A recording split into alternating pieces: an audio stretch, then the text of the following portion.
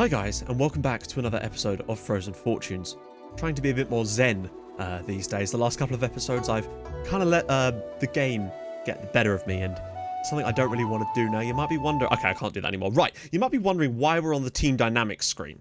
Main reason is, firstly, we don't show this very often, so I thought, hey, let's start off by showing it. You can see that we don't have many team leaders in this squad, just Mikkel Nygaard these days. Borup's highly influential, and I think mainly the issue is that because our team is so young, it hasn't had a chance to develop this. But as these players go through the years, that's an area where I do think we'll have lots of strong players in the team. But some of our oldest regens are still only like 20, maybe 21 at a push at the moment. But the main reason I'm on this screen is because I wanted to hide the schedule and stuff so that we could kind of go through each game one by one, and I can kind of explain what I've been doing over this period, because I think I've cracked the code, so to speak. It's not pretty, but it works, I think. I've spent way longer on this than I think I've ever spent maybe on a tactic on FM ever. I think the only time I would have spent any longer was when I made the Christmas Tree of Doom when I was managing in Kazakhstan. That took me an entire weekend. This has taken not quite as long as that because at least we already had a base of a tactic with what we wanted to do with it. And I've tried so many things, and I think I found something that works. Now, we do have some admin and stuff to talk about, but I'll do that in between the games so we can get into the games a bit quicker, but we might still spend a little bit longer on the preamble this time around, just because I really do think it's important to discuss how we've got from where we were to where we are.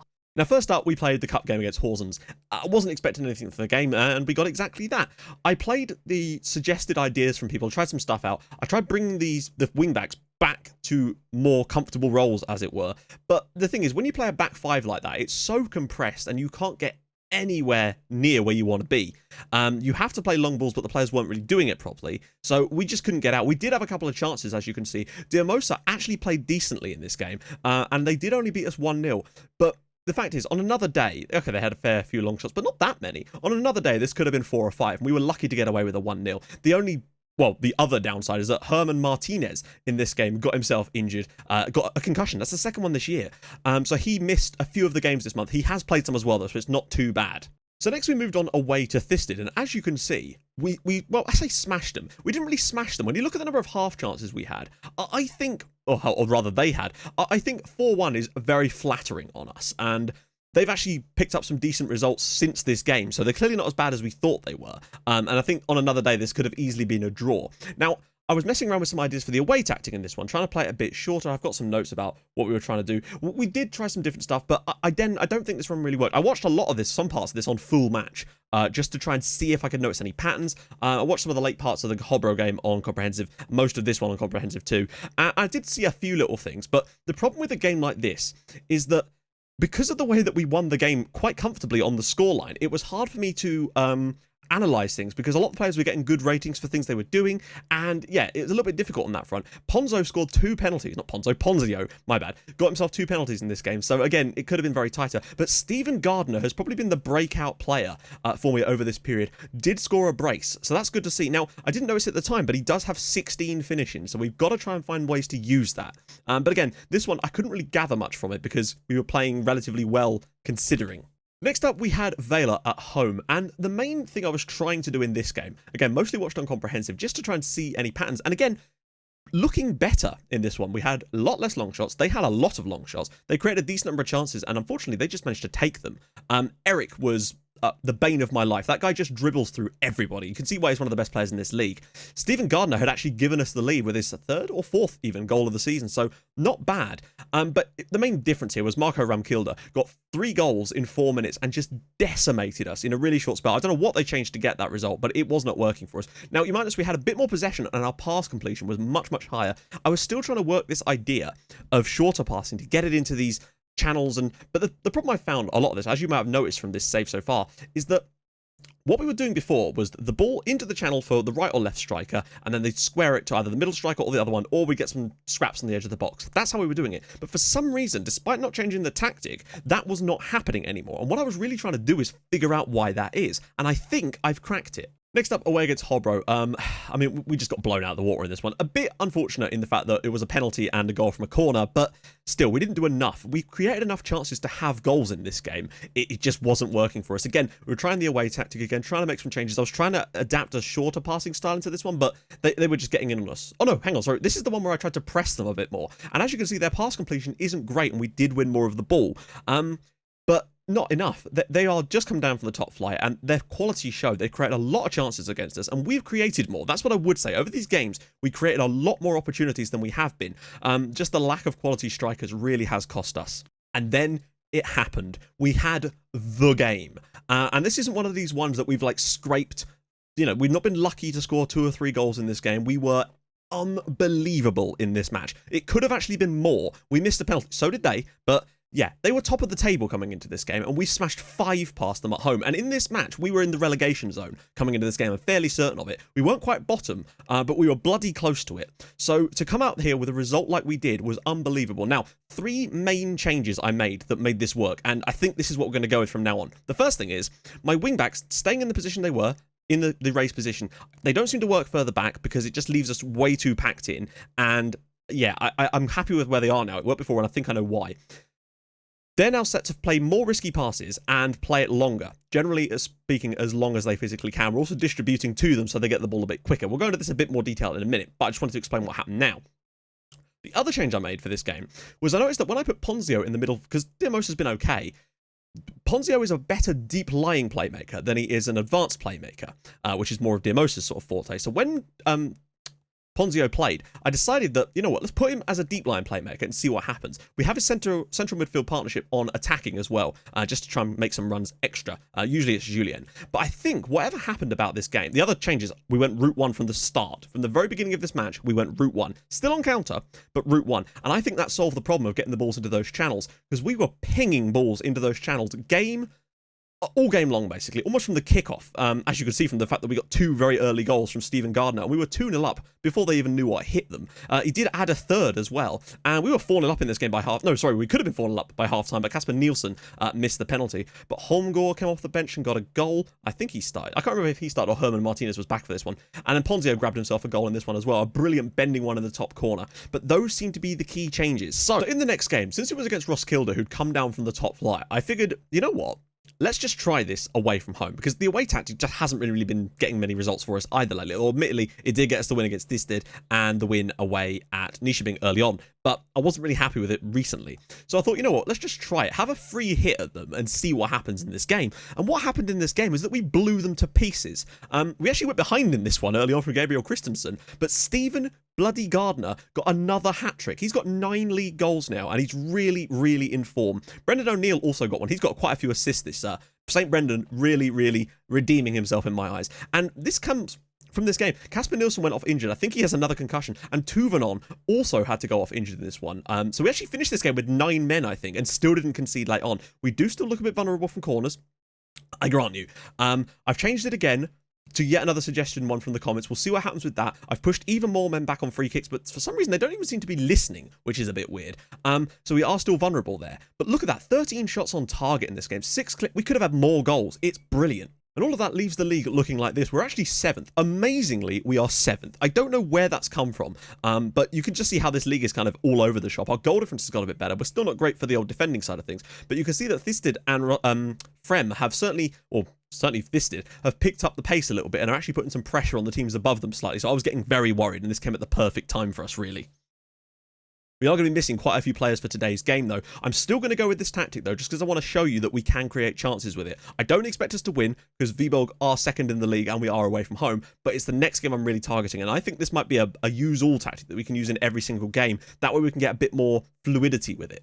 The other main change is that it's now flexible on the old team shape. I think that's helped us in the transition phases a little bit more. So I'm hoping we can use the Snowpiercer from now on in everything. I've also been experimenting. I'm not totally sure about this position yet. I think it might just depend on who plays there. I don't want to use a target man for the simple reason that I don't want them aiming balls to him, because we don't have one that's good enough yet to actually win all the headers, and I'd rather them play the balls into the channel. So if we assign a target man, they seem to be more intent on passing the ball to him rather than the 2 wider players. That's just my theory on it at the moment. So we're going to get Ibrahim Cisse back in for the day. Fabian Tuvanon, he can play, but I might not be able to get him on either. We might have to play Ricky Baird. No. Maybe we should try out... No, actually, Ricky Baird's more suitable for the role just for now, so we'll go bring him in. I've also got rid of this whole cover thing. I think I did that before. I've made so many changes that I'm actually forgetting which one was which. So, yeah, little bit changes here. More direct passes, more risky passes. That's the only real differences here. These guys are fairly sensible. These guys are on roam from position now. Still not sure if I want to keep that on or not. Because they are a bit unpredictable, but it seems to be working for now. On the bench, Best, Tuvenant, Diamosa, Martinez, Betzer, Thorstensen, and Arce, or yeah, Arce apparently his name is, which is great. So for today, they're playing a 4-3-3, which does worry me a bit. So what I'm kind of just going to go with is what my assistant says for now. We can adjust it on the fly. So, I don't expect to win today, but I expect us to give a good performance, and I can sort of show you why I think this is going to be a better tactic for us in the long run. Anyway, question of the day. Today's question is this. What is the best rise or fall you've seen in any of your FM saves? For me, it is a very simple one. Bolton Wanderers going all the way down to, I think, Conference North. See, look, ball up the pitch. Oh, okay, it didn't actually go to the right player this time, but it's better at least. You'll see what I mean a bit more in a minute. Okay, long shot. They get a lot of those. Yeah, Bolton Wanderers, they went down to Conference North on my Wimbledon save, as well as Oldham Athletic coming up to the Premier League and being like a solid, challenging for Europe kind of team. I think they got like a tycoon or something. That's the only thing I can explain it with. Mulgord. Oh, that's a decent hit, but again, from range, we're okay with the long shots for now. We don't get a lot of possession with this tactic, that's for sure. It is very much a case of sit and absorb the pressure and hope that we don't concede a penalty every now and then. That's kind of where we're at here. Ponzio looking long, but Holmgard can't quite win it, but the second ball is won, and O'Neill is in behind. Go on, Brendan. Can he get a shot away? He can't. Well, he can, but it's a bit wide. But see, these are the kind of balls that weren't being played before.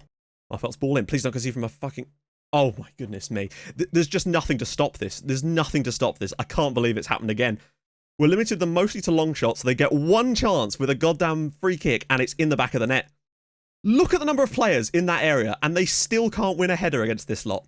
Tell them to push forward, and we're going to go on more attacking, because in these kind of games, this is kind of a free hit for us. It's the next game that I think will really more show off what we want to kind of do with this tactic. I'm hoping it'll be more like the Roskilde and Helsingør games. I'm a little more on the disappointed side that we've not created as much as I've seen from us in the last couple of games. Better. Over the top for O'Neill. He's into the channel automatically. He's through on goal. Good save from Vitala. My point is that these are the kind of chances we weren't creating before. Sometimes these go in. Seasay's ball out wide to Borup. These guys, I find, again, they're creating an option. There's Julian. He's into the channel for Stephen Gardner. Oh, and another chance goes begging. Much, much more like it. Trier. Great clearance from Carrizo. Now look, watch. Ball up the pitch. Gardner. He's got options galore. Holmgård. Can he... Oh, ball back post. Brendan O'Neill, and that is offside. But the threat is there. Garcia looking long again. Brendan O'Neill wins the header. Holmgård. Gardner. Can he slip it around the side for Julian? And he's saved. His shot is saved as well. We've been so much better since we went to attacking. Borup's ball. Holmgård. Cisse! And it's blocked again. My goodness, now we're threatening them. Okay, so a goal down at half-time, but very unlucky not to be at least level with them in this game. I've noticed as well this tactic provides a lot more key passes than before. They never show up on this menu. It only ever appears on the one at the end of the game, which is a bit strange. They seem to be getting more advanced as well, our wide players. Gardner, all the way out for Gravgård, goes back post, Holmgård, and that's offside as well. So we've had 2 goals disallowed for offside in this game as well, completely correctly. Marfell, I do wonder if this new narrow system of theirs could come back to haunt us. I think this is just going to be a long shot. Oh my god! Sometimes it just isn't your day. But you can see the positives from this. Of their 11 shots, 8 of them have been from range. This is an unbelievable strike from Trier. Good grief. We don't really deserve that. But hey, Julian's having an excellent afternoon. Carrizo isn't. Might actually get Tuvenant on for a little bit at the back here, just because Carrizo's getting ran ragged. I'm just a little bit annoyed that we've somehow managed to concede 2 goals in this game, really. When you look at the scenarios of the goals, that's what I'm talking about more. The fact that it was a set piece and a long-range goal, and now Herman Martinez he's back, he's injured again. We haven't got no strikers on the bench either. I might just have him like that on attack to get him a bit further forward. Not ideal, but it's better than having to put another striker. Well, we don't have another striker. 3 strikers is very important when looking for these long balls because it means there's always someone to aim for. Gravgård, Garcia looking long. Gardner can knock it down for O'Neill. We've got men rushing forward. Just needs to drop it off for Gravgård. Over the top for Ponzio, of all people. Round the side for Diamosa. And he scored. Søren Diamosa off the bench to score. A deserved goal. I don't know if it's going to be enough to get us any points in this game, but you can certainly see the improvement is dramatic at this point. Gravgård's ball over the top. Ponzio just knocks it around the corner for Diamosa. The on-running player scores his goal. 2-1. Is there a chance yet? Maybe we should go overload at this point. I don't think we're going to get any points from this game, but a 2-1 defeat, this is the sort of game that probably would have ended about 5-0 less than a month ago in game time. And we've looked so much better. It's like night and day, to be honest. Hopefully we can carry that on to a slightly more winnable game. But the point is we could even do what... This is an away game against one of the best sides in the league, and we're playing our home tactic, remember? We deserve something from this game. And there we have it. A 2-1 defeat. I think we deserved better from the game. Look at that, 17 key passes. That's probably more than we've had in most games this season. Diamosa off the bench with the goal. We can win games playing like this. On another day, we might win this one. If we could just sort out defending set pieces. I just don't know what to do with my hair. Give me more ideas for it. Give me a free kick idea. I've got corner one. It seems to work today, kind of. But the free kick one, not so much. One more thing I wanted to quickly discuss before we get into today's game against Nyköping is the fact that Kasper Nielsen will be leaving us in January. He's signed a deal with Aalborg. I can't really fault him, really. He's joined a top-tier side. He's already playing for the Danish under-19s. So for today, I'm tempted... Oh, actually, is Martin... I don't think Martinez actually got fully hurt, did he? No. I'm tempted to go with him in this role for today. See how we do with that one. Julien and Ponzio, I was happy with their performances in the last game. Baird and Cisse, can we bring back Tuvenon? Is he fit? Yes, he is. Okay. I'd rather have him in the middle because that's an important role and he knows Chorizo. And probably rather have Cisse. Actually, who's better? Cisse or Baird? Baird had a 6.6. Yeah, okay, Cisse's probably performed better. Plus, they've got the partnership situation there going on as well. And the bench for today's game, Gudjonsson, Gunnarsson, Thorstensen, Holmgaard, Morten Larsen for a bit of defensive support, Diamosa and Ramon Arce, who he performed badly in that role, and Gravgaard has started to make it his own since we came back into this style of system, basically, so it makes no sense to change it at the moment. Now, one thing I am also still debating is whether it's wise using this as a sort of counter-attacking tactic from the beginning, like we are, or whether it's better to just start off going more attacking from the off, particularly in games like this where we are actually probably, not the favourite, but certainly would be expected to put in a solid performance against them. And that's a great pass up to Gardner. Look at that. That is superb football. Brendan O'Neill's got some pace here, you know. Can he get in? He's in! Oh, and what a save that is from the goalkeeper. That is a brilliant opening opportunity for us after 3 minutes. Virtually everything good they're doing seems to be coming from set pieces, but that's just every team against us, really, isn't it, these days? Michelson. Long shot. Go on, you know you want it. Great tackle from Julien. Oh, and again. I'm starting to wonder if a more attacking mentality might be a better approach for this, for the rest of the game. Just, oh God. Dahl's in. No! Oh, okay. Just because they're getting a few half chances and we're not creating much ourselves. Somebody just make a tackle. God, every tackle just comes straight back to him, doesn't it? Chorizo. Here we go. Cisse. Stephen Gardner with his limp over the top. Oh, hello. Go on, ball back into the middle. You've got a man in there. Can he find him? He can't.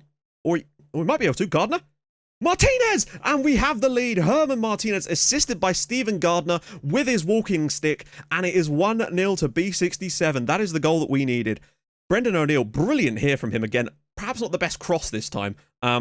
Headed down poorly. Julien does well to put this back into the danger area, but look at that cheeky little ball from Gardner, and Herman Martinez scores the goal. 1-0 B67, baby. Okay, now unfortunately we are going to have to make this change, though. Holmgaard is going to have to come on. There's no two ways about this, unfortunately. I don't know whether to stay on attacking or not. I actually think that maybe now would be a good time to go to counter, since we actually have something to hang on to this time. It's nice to be able to say passionate things to them at half-time, and that's what we're going to do. Pleased with how things are going. Let's keep it up. I hope in the second half, maybe as they start to push forward a little bit more, us being on counter will allow us to be a bit more defensively stable and still sort of prevent us from... well, it will allow us to find gaps on the break. Dahl. Great tackle from Chorizo. Great to have Tuvenon back as well today. There you go. Drop it out for Borup. Much better. This is more like it. Ponzio. Out wide for Brendan O'Neill. He loves putting him into those roles, and we've got a penalty. We have a penalty. Maximiliano Ponzio. Can he make it 2-0? He scored 2 goals in that game against Thisted, so hopefully he can make it... Oh, and it's a great finish there. 2-0 to B67. This one has probably been a tighter game than the one away at Viborg was. But again, it's the rub of the green. We didn't get the rub of the green against Viborg, and so far... Oh, that's unlucky. So far today, we have had the rub of the green against Nyköping. Julien, look at the space into the channel for Brendan O'Neill. Right, this is where this tactic comes into its own. Holmgaard takes a touch. He's in here, and he can't quite score, but another chance there for us potentially. Borup's corner. Into the box. Cleared away. Gravgaard, he could look back out wide for Borup if he fancies it. Goes for Julien instead. Through for Martinez, and that is 3-0 B67, and that is game, set, and match now, you have to feel. We've done everything that we didn't do in the last game. We've probably played better against Viborg than we have today. It is now 3-0. Julien here, lovely ball through here. Over the top, Martinez with the goal. 3-0. Brilliant stuff. We're up to 6th. You have no idea what a relief it was to me when we played that game against Helsingør and they were top of the table and we smashed 5 past them, because I was getting seriously worried that there was just nothing we could do about this save to get us back to a state of sort of reasonable play. And now I'm feeling so much more confident. Martinez drops it short for Holmgaard. The strikers aren't even that great that we've got. Martinez, can he pick someone out? He does find home goal. Home goal's through, and it's another good save from the goalkeeper. This is a battering now. Borup's ball in. Home goal, and it's in the back of the net. It should have been a goal beforehand. Poor home goal with the goal. 4-0 B67. This could get ugly for them now. This is amazing.